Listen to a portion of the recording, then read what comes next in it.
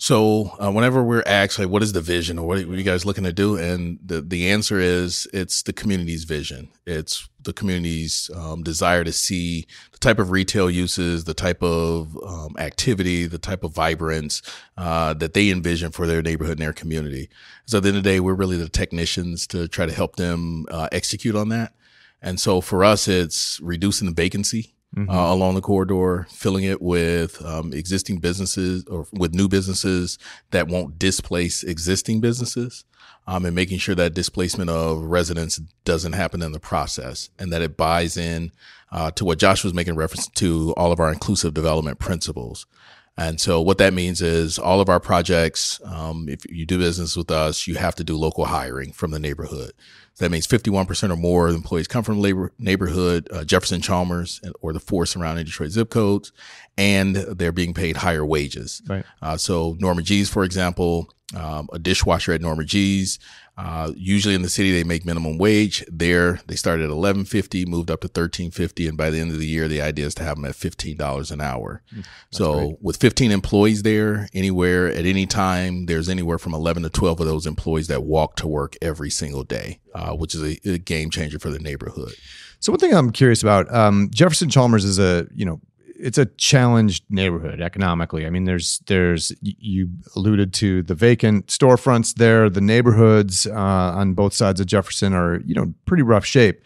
So when you're talking about redeveloping that business district, especially, how do you balance between because you talked about market studies and what the existing neighborhood can support.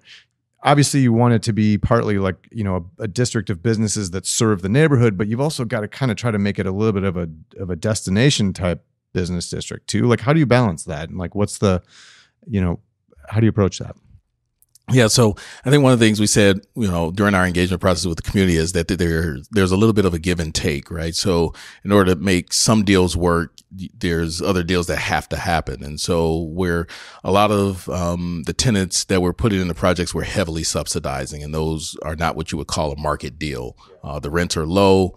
We're supporting a lot of the build out. And so to carry some of that weight, you do have to do some of those larger market deals where you have a regional draw or some type of attraction that gets people spending money in the community, gets people from outside the neighborhood that's coming in and making investments in the community as well. And so I think it's really painting that picture for the community to say, here are some of the trade-offs that it'll take to get to where we want to be, but then making sure that those folks that come in, that where we're doing a market deal, really buy into those inclusive development principles. And so I think that helps the community to accept some of those opportunities as they come in that may not necessarily be the first opportunity the community would have chosen, but they're doing the local hiring, they're doing local contracting. My cousin's swinging a hammer on that site, just hanging drywall. And so it's providing an opportunity for jobs in the community. And we see the direct impact that it's having here in our neighborhood.